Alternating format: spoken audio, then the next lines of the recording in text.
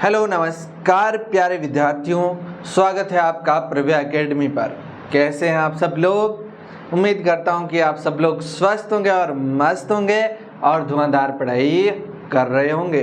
दोस्तों, आपको पता है हम पढ़ते हैं इस समय आप सबका फेवरेट सब्जेक्ट विज्ञान, और विज्ञान की कुछ महत्वपूर्ण बातें जो हम हमेशा करते हैं उन्हीं बातों को कंटिन्यू करते हैं। हम पढ़ रहे हैं कक्षा 10 की विज्ञान का तीसरा चैप्टर धातु और अधातु, और इसमें हम लोगों ने पढ़ा था बहुत सारी बातें धातुओं की रासायनिक अभिक्रियाओं के बारे में, यानी कि रासायनिक गुणों के बारे में। तो हमने 3 तरह की अभिक्रियाएं धातुओं के साथ पढ़ी थी। पहली अभिक्रिया क्या थी भैया? पहली अभिक्रिया थी हमारी धातुओं का दहन, यानी कि धातुओं को अगर हम जलाते हैं तो क्या होता है। दूसरी अभिक्रिया हमने पढ़ी थी क्या? दूसरी पढ़ी थी जल के साथ अभिक्रिया, कि ठंडे के जल के साथ, गर्म जल के साथ, नॉर्मल जल के साथ, भाप के साथ, और कौन जल के साथ अभिक्रिया ही नहीं करता। इन तमाम चीज़ों के बारे में भी हमने पढ़ लिया। उसके बाद हम लोगों ने और किसके बारे में पढ़ा? और हमने पढ़ा अम्लों के साथ अभिक्रिया। धातु जो है वो अम्लों के साथ अभिक्रिया कैसे करती है। और दोस्तों आज हम लोग पढ़ेंगे कि धातु जो है, धातु के लवण जो है उनके साथ अभिक्रिया कैसे करेगी, यानी कि धातु अन्य धातु के लवणों के साथ अभिक्रिया कैसे करती है। तो लिखते हैं हमारा धातु की अन्य धातु लवणों के साथ, धातु की अन्य धातु लवणों के साथ, धातु लवणों के साथ अभिक्रिया के साथ क्या भैया? अभिक्रिया। तो देखो भाई, धातु की अन्य धातु लवणों के साथ अभिक्रिया, जब भाई हमने बात करी थी जो धातु के लवण होते हैं, धातु से अभिक्रिया करके लवण जो बनते हैं वो धातु लवण होते हैं, उनके साथ आपकी धातु अभिक्रिया कैसे करती है।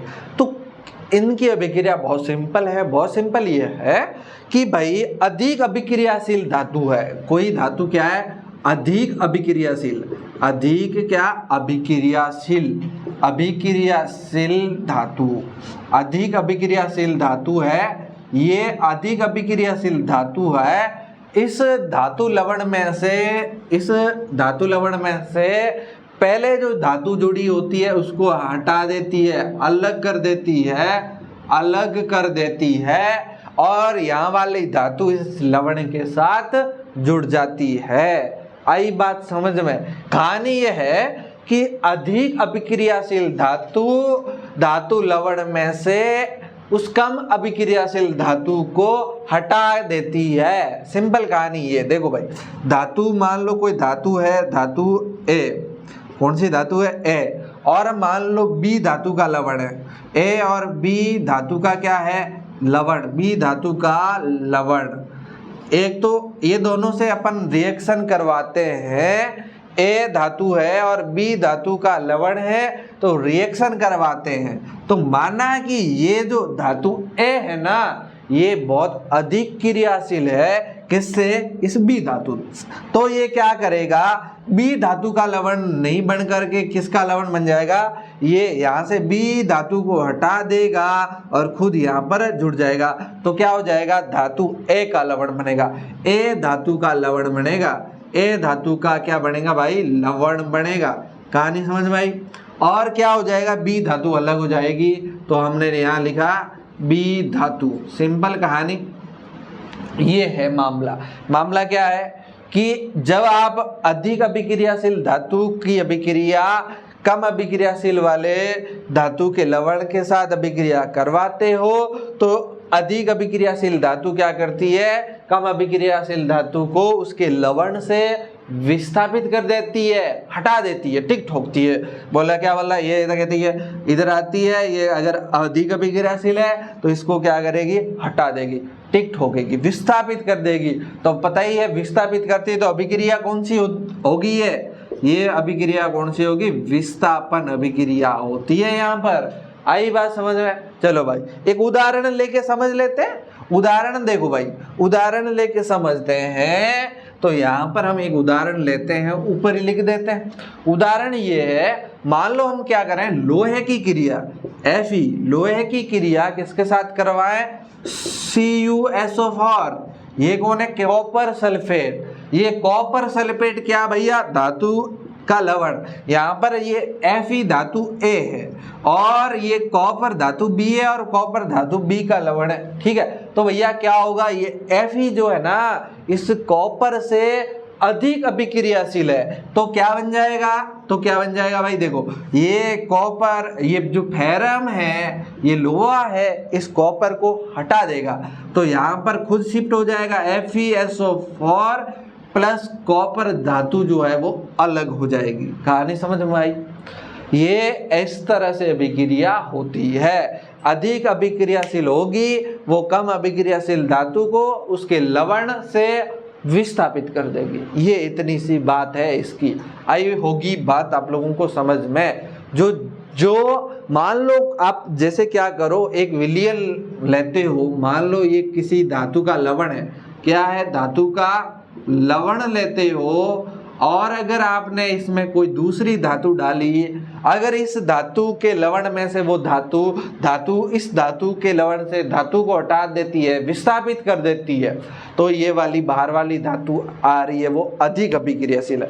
अगर विस्थापित नहीं कर पाती है तो अभिक्रियाशील जो है इससे कम है। ये बात है, ठीक है ना। चलो भाई, इस तरह से आप लोगों ने धातु की जो है अभिक्रियाएं देख ली। अब हम बात करते हैं ये धातु की अभिक्रियाशील कौन ज्यादा है कौन कम है। इसके लिए हमारे पास एक सक्रियता श्रेणी है। कौन सी श्रेणी है, ध्यान रखना भाई, सक्रियता श्रेणी है। कौन सी श्रेणी है भाई, सक्रियता श्रेणी। सक्रियता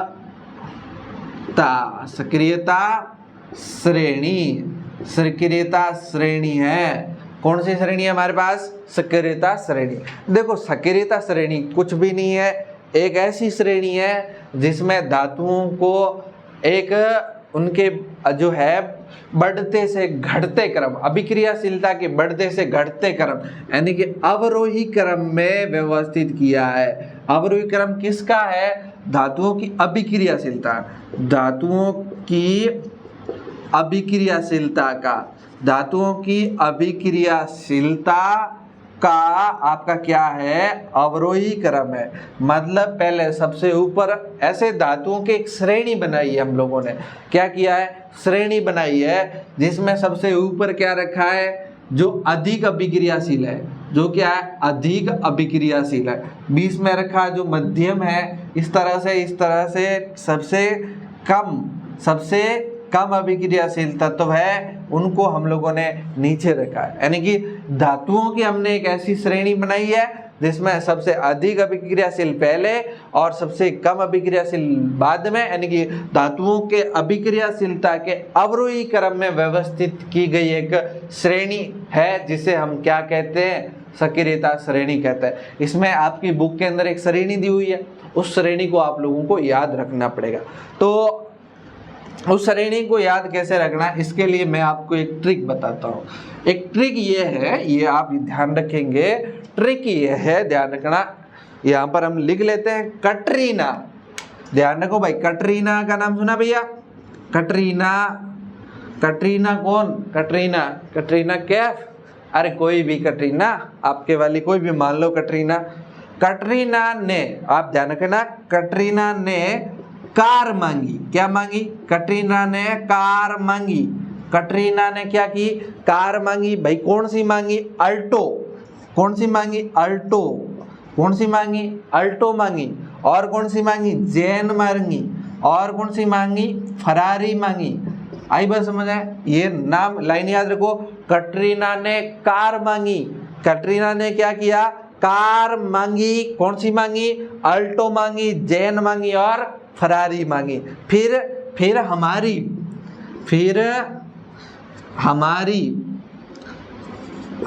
हमारी कटरीना ने क्या किया, कटरीना ने कार मांगी, अल्टो, जैन, फरारी। फिर हमारी क्यों होगी सिल्वर ऑडी।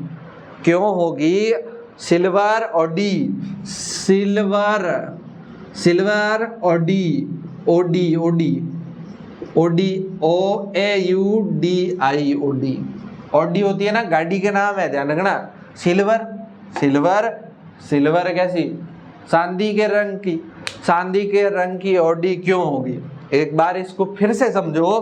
कटरीना ने कार मांगी, अल्टो जैन फरारी, फिर हमारी क्यों होगी सिल्वर ओडी। ये लाइन ध्यान रखेंगे। इस लाइन से हम सारी की सारी सक्रियता श्रेणी याद करने वाले बेटा। क्या? कटरीना ने कार मांगी, अल्टो जैन फरारी, फिर हमारी क्यों होगी सिल्वर ओडी। ये कहा, नाम याद रखिएगा। लाइन है, मस्त लाइन है। कटरीना ने कार मांगी, अल्टो जैन फरारी, फिर हमारी क्यों होगी सिल्वर ओडी। ठीक है, अच्छा भाई। अब देखो, सबसे ऊपर कटरीना, इसको व्यवस्थित करके हम लोग लिखते हैं। तो देखो, सबसे ऊपर कटरीना, कटरीना से ध्यान रखना के, कटरीना से के, कटरीना, कटरीना का क्या भैया के, कटरीना से के, कटरीना यहां लिख देते दोबारा से, कटरीना, कटरीना से क्या के, कटरीना से क्या के, ठीक है ना। फिर क्या है, ने, कटरीना ने से क्या भैया, NA, ने, NA। अब इसका नाम क्या बाद में बताऊंगा। कटरीना के ने मांगी, कटरीना ने कार क्या मांगी भैया, कटरीना ने कार मांगी। ये दो नाम ध्यान रखना। कटरीना ने कार मांगी, कटरीना का के लिख दिया, ने का हमने क्या लिख लिया, NA। कार का लिखो CA, कार का क्या लिखो भैया, CA। मांगी का MG लिखो भाई, क्या लिखो, MG, मांगी MG। फिर लिखो अल्टो जैन फरारी, कौन सी मांगी, Alto Jain Ferrari, Alto Jain Ferrari. तो इसका क्या लिखो, अल्टो का लिखो अल्टो, छोड़ो एल लिखो, जैन का लिखो ZN, फरारी का लिखो भैया FE, फरारी का क्या FE। चलो भाई, फिर लिखो, फिर फरारी, फिर का लिखो H, फिर फरारी H, अरे फिर सॉरी फिर का लिखो, फिर ऐसे लिखते हैं ना, फिर PHIR, तो यहाँ लिखो PB। फिर का क्या लिखो, PB। फिर लिखो, फिर हमारी क्यों होगी, हमारी क्यों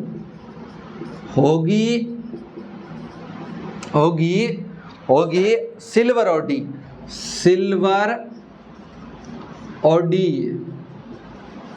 सिल्वर ओडी। चलो भाई, हमारी का क्या है, हमारी का है H। क्यों का लिखो भैया CU, होगी का लिखो HG, क्या लिखो भैया HG। सिल्वर का प्रतीक क्या होता भैया, AG, और OD AUDI, OD का लिखो भैया AU। सिंपल कहानी इतनी समझ में आ गई। कटरीना ने कार मांगी, अल्टो जैन फरारी, फिर हमारी क्यों होगी सिल्वर ओडी। कटरीना ने मांगी क्या है, अल्टो जैन और फरारी मांगी है, तो हमारी क्यों होगी सिल्वर ओडी भाई। चलो, ये नाम आप लोगों को ध्यान में रखना है, ठीक है भाई। अच्छा देखो, अब देखो, कटरीना का है के का मतलब क्या होता है, के का मतलब है पोटेशियम, के का कौन है, पोटेशियम। Na का क्या होता है, सोडियम। Ca का क्या है, कैल्शियम। Mg का क्या है भैया, मैग्नीशियम, क्या है, मैग्नीशियम। Lg का क्या है, मैग्नीशियम। Lg का क्या है भाई, मैग्नीशियम। L का क्या है, L किसका प्रतीक है, एल्यूमिनियम।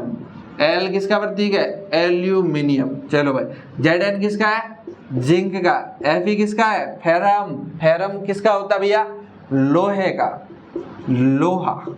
Pb किसका है, Pb लेड का, यहाँ इसका दूसरा नाम क्या है, ध्यान रखना, सीसा। H किसका है, H कौन सी धातु भाई, H तो धातु नहीं है, H किसका है, हाइड्रोजन का है। किसका है, हाइड्रोजन का। ध्यान रखना, हाइड्रोजन कोई धातु तो नहीं है, तो इसको यहाँ पर क्यों डाला, क्योंकि ये भी बहुत सक्रिय है, मतलब काफी चीजों के साथ अभिक्रिया कर लेती है। Cu क्या है भैया? कॉपर। Cu क्या है? कॉपर। Hg क्या भैया? मरकरी। मरकरी का दूसरा नाम पारा। पारा या इसको बोलते हैं पारद, ठीक है। फिर क्या है? Ag। Ag क्या है? सिल्वर। सिल्वर मतलब चांदी। और Au क्या है? सोना। Au क्या है? सोना। ये सारे के सारे नाम आप लोगों को ध्यान में रह जाएंगे। सिंपल सी बात है, कटरीना ने कार मांगी, अल्टो जैन फरारी, फिर हमारी क्यों होगी सिल्वर ऑडी, ठीक है। ये सारी की सारी बातें आप लोगों को ध्यान रखना। अब इसको समझिए। इसमें समझने की बात ये है कि ये जो सबसे ऊपर है ये सबसे अधिक अभिक्रियाशील है, और जो सबसे नीचे है, नीचे जैसे जैसे आ रहे क्रियाशीलता घटती है। और ये सबसे नीचे वाले ना, ये सबसे कम क्रियाशील, ये तो सबसे अधिक अभिक्रियाशील, सबसे अधिक है। और ये क्या है? मध्यम अभिक्रियाशील है। और ये नीचे वाले जो है ना, ये नीचे वाले जो है ना, ये नीचे वाले आपके जो भी हैं, ये सबसे कम अभिक्रियाशील है ना। और ये नीचे आते हैं तो होता क्या? नीचे आते हैं ना तो क्या होता है? ये अवरोही क्रम है, यानी कि अभिक्रियाशीलता क्या है? इसकी घटती है। नीचे आने पर अभिक्रियाशीलता क्या करती है भैया? घटती है। सिंपल कहानी है। यानी ऐसा समझो कि K सबसे ज्यादा अभिक्रियाशील है, फिर आपका सोडियम है, फिर आपका कैल्शियम है, फिर आपका मैग्नीशियम है, ठीक है ना, एल्यूमिनियम है, जिंक है, लोहा है। ये आप लोगों को इस तरह से ध्यान में रखना है। ऊपर आ रहा है तो सबसे अधिक अभिक्रियाशील। अच्छा बताओ बेटा, अगर हम लोगों ने पढ़ा कि जो ज्यादा अभिक्रियाशील होगा वो ही कम को हटा सकता है, लवण में से मान लो किसी के साथ जुड़ा हुआ है तो वो कम वाले को हटा सकता है, ज्यादा वाले को नहीं। अगर मान लो ये NaCl है, NaCl ये सोडियम का लवण है, आपको पता है सोडियम धातु का लवण है। अगर इसकी अभिक्रिया में लोहे के साथ कराऊं तो क्या अभिक्रिया होगी क्या? अरे भाई देखो, लोहा कहाँ है? Fe यहाँ पर पड़ा है और ये यहाँ पर पड़ा है। सब दोनों में से अभिक्रियाशील ज्यादा कौन है? ऊपर वाला सोडियम ज्यादा होगा, नीचे वाला कम है। अब ये अभिक्रियाशील है ही नहीं। अब ज्यादा अभिक्रियाशील होता तो इस सोडियम को हटाता। अब ये ज्यादा अभिक्रियाशील नहीं है तो ये आगे अभिक्रिया नहीं होगी। क्यों नहीं होगी? क्योंकि हटाएगा वही जो ज्यादा अभिक्रियाशील है। मान लो एक और उदाहरण बताओ, क्या यहाँ पर कैल्शियम होता तो इसको ये अभिक्रिया होती? अगर कैल्शियम होता तो ये अभिक्रिया होती क्या? नहीं होती। क्यों नहीं होती? क्योंकि कैल्शियम से सोडियम है वो ऊपर है, मतलब ज्यादा अभिक्रियाशील है। अब ज्यादा अभिक्रियाशील कोई ज्यादा ताकतवर है, आप जाके उसको थप्पड़ ठोके हटा थोड़ी सकते हो? हटा सकते हो क्या? लेकिन आपसे कोई कम ताकतवर है तो उसको कहते हैं खड़ा हो, यहाँ से भाग जा, तो ये वाला भाग जाता। तो ये कहानी है। आई बात समझ? जो ज्यादा ताकतवर वो कम ताकतवर को हटा देगा, यानी कि जो ज्यादा अभिक्रियाशील वो कम अभिक्रियाशील तत्व को हटाने की ताकत रखता है ना। इसी तरह से विस्थापन अभिक्रिया आप पढ़ते हो ना, तो हमने बताया था ना कौन ज्यादा अभिक्रियाशील है, वो यहाँ से पता करोगे। इसलिए पहले पार्ट में आपको वो बात अगर समझ में नहीं आई होगी कि कौन किसको हटा रहा है, कैसे हटा रहा है, तो आप लोगों को यहाँ पर समझ में आ जाएगी। इसलिए आपके ध्यान रखना, केमिस्ट्री के पार्ट पहला, दूसरा, तीसरा यस होता, ये आपस में कोरिलेट है। इन सबको एक साथ पूरा पढ़ोगे ना तो सारी केमिस्ट्री आप लोगों को समझ में आ जाएगी, ठीक है ना। ये बात आप लोग ध्यान रखिएगा। ये इसमें ये सक्रियता श्रेणी भी आप लोग आसानी से ट्रिक के साथ याद कर लोगे, ठीक है ना बेटा। चलो भाई, इतना ही इस वीडियो में हम लोग पढ़ेंगे। कल और हम एक नया टॉपिक पढ़ेंगे, ठीक है ना दोस्तों। इस वीडियो के जो नोट्स है, जो हम लोग तीसरे चैप्टर के नोट्स मिलेंगे, वो कहाँ पर मिलेंगे? प्रभा एकेडमी के ऐप पर मिलेंगे। और पहले और दूसरे के ऐप पर पढ़े ही हैं, आप लोग वहाँ से देखिएगा। नोट्स आप अपनी कॉपी में जरूर लिखिएगा, है ना। और क्वेश्चन उत्तर आंसर है वो सॉल्व करिए। क्वेश्चन आंसर सॉल्व करेंगे तो आप लोगों को पता चलेगा कि आपसे क्वेश्चन हो रहे कि नहीं हो रहे। अगर क्वेश्चन नहीं होते हैं तो आप हमें बताइए, ऐप पर मैसेज करिए, तो हम आपको वहाँ पर रिप्लाई कर देंगे, ठीक है ना। चलो भाई, वीडियो पर नए हो तो सब्सक्राइब करके जाओ और वीडियो लाइक करो, कमेंट करके बताना कि कैसा लग रहा है, पढ़ने में मज़ा आ रहा है कि नहीं आ रहा है। और दोस्तों अपने सारे के सारे दोस्तों के साथ शेयर कर दो ताकि वो भी पढ़ना शुरू कर दे। चलिए दोस्तों, आज के लिए इतना ही, मिलते हैं एक नए वीडियो में, तब तक के लिए बाय बाय, टेक केयर, ख्याल रखिए, मस्त पढ़ाई करिए। Thank you very much.